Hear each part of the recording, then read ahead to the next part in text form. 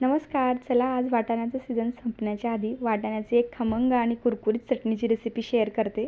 तर सर्वात आधी इथं मी 1 वाटी हिरवा ओला वाटाणा घेतला आहे.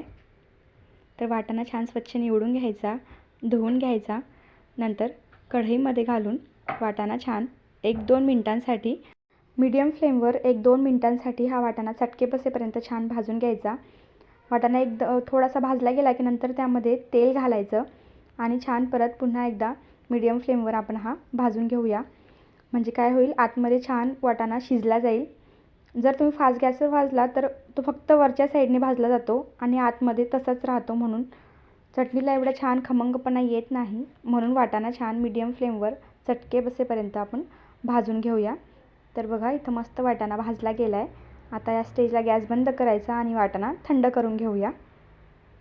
तर फोडणीसाठी आपल्याला लागेल 1 मोठा कांदा, लसूण, हिरवी मिरचीचा ठेचा आणि 4-5 कढीपत्त्याची पानं, 1 चमचा जिरं आणि 1 चमचा मोहरी.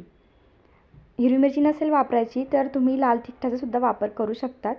आणि थंड केलेला वाटाणा आता मिक्सरच्या भांड्यामध्ये घालून पल्स मोडवर फिरवून घ्यायचा.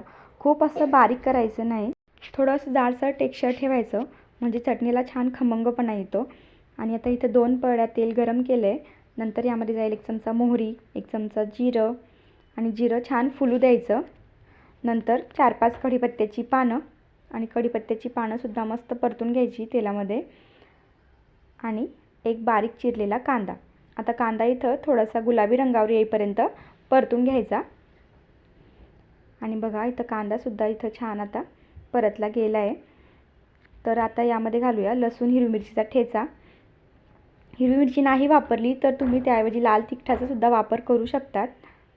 हिरवी मिरची आणि लसूण कच्चं असल्यामुळे आपण छान हे तेलात कच्चेपणा जाईपर्यंत परतून घ्यायचं. आणि बघा आता इथं छान लसूण, हिरवी मिरचीसुद्धा परतली गेली आहे. तर आता यामध्ये कोरडे मसाले घालूयात. तर इथं मी घालते आहे 1 छोटा चमचा हळद आणि थोडासा गरम मसाला. आणि आता हे पुन्हा छान परतून घ्यायचं. नंतर यामध्ये जाईल बारीक केलेला वाटाणा. अगदी खमंग आणि कुरकुरीत मस्त अशी ही चटणी बनवून तयार होते. टिफिनलासुद्धा तुम्ही मुलांना ही चटणी देऊ शकतात. एखाद्या वेळेस भाजीला काही नसलं तर वाटाणा सीझन चालू आहे तर तुम्ही ही चटणी देऊन बघा, मुलंसुद्धा छान आवडीने खातात. आणि आता यामध्ये घालूया चवीनुसार मीठ आणि पुन्हा आता हे सर्व छान मिक्स करून घ्यायचं आणि छान खमंग होईपर्यंत हे परतत राहायचं. तर इथं आपली अगदी चविष्ट आणि खमंग अशी ही हिरव्या ओल्या वाटाण्याची चटणी बनवून तयार आहे. तर कशी वाटली आजची ही चटणीची रेसिपी मला कमेंट करून नक्की सांगा. आणि व्हिडिओ आवडला असेल तर व्हिडिओला लाईक करा, शेअर करा आणि सबस्क्राईब करायला अजिबात विसरू नका. तर भेटूया अशाच छान छान रेसिपीसोबत. बाय.